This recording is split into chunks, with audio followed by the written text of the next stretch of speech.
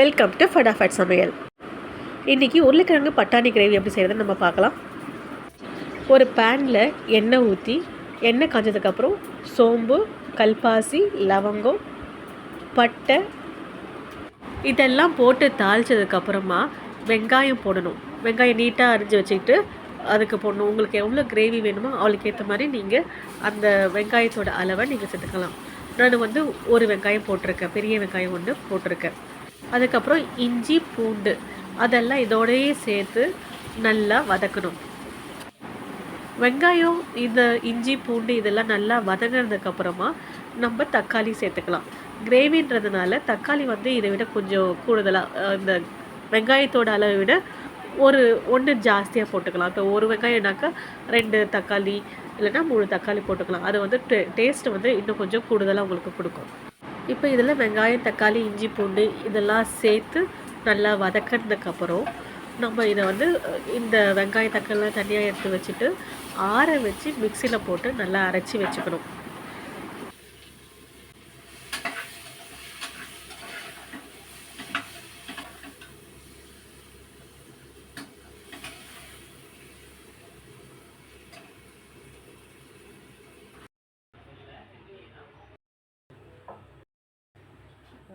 இப்போ குக்கரை அடுப்பில் வச்சு அது காஞ்சதுக்கப்புறமா எண்ணெய் ஒரு கரண்டி ஊற்றிட்டு இப்போ பட்டை மட்டும் போட்டுக்கிறோம். இந்த மசாலா வந்து இப்போ ஏற்கனவே மற்ற மசாலாலாம் நம்ம அரைக்கும் போது போட்டுட்டோம்.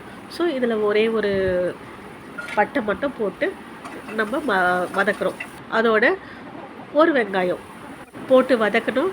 அதுக்கப்புறம் நம்ம எடுத்து வச்சுருக்கிற உருளைக்கிழங்கு, பட்டாணி இது ரெண்டுத்தையும் இந்த நேரத்தில் இந்த வெங்காயத்தோடு சேர்த்து நம்ம கலக்கி விடணும். கொஞ்ச நேரம் வதக்குனதுக்கப்புறமா நம்ம அரைச்சி வச்சுருக்கிற அந்த விழுதை இதோடு சேர்த்துக்கணும். இப்போ தேவையான அளவு நம்ம மசாலாலாம் நம்ம சேர்த்துக்கலாம். மஞ்சள்தூள், மிளகாத்தூள், தனியாத்தூள், அப்புறம் தேவையான அளவு உப்பு, அவ்வளோதான். இதெல்லாம் போட்டுட்டு இந்த கலவையை வந்து நல்லா கொஞ்சம் எல்லாம் மிக்ஸ் ஆனதுக்கப்புறம் கசூரி மெத்தி நம்ம சேர்த்துக்கிறோம். கசூரி மெத்தி சேர்த்துட்டு அதுக்கப்புறம் தேவையான அளவு தண்ணி ஊற்றிக்கலாம். உங்களுக்கு எவ்வளோ கிரேவி வேணுமோ அந்தளவுக்கு தண்ணி ஊற்றிக்கலாம்.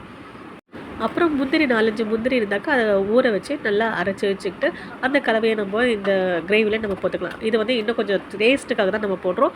இப்போ இதை வந்து குக்கரில் போட்டு 2 விசில் விட்டு நம்ம வேக வச்சு எடுத்து வச்சுக்கணும். கடைசியாக நெய் இல்லைனாக்கா பட்டர் நம்ம சேர்த்துக்கலாம். லாஸ்ட்டில் கொத்தமல்லி இல்லைன்னா ஸ்ப்ரிங் ஆனியன் போட்டால் பீஸ் பொட்டேட்டோ கிரேவி ரெடி.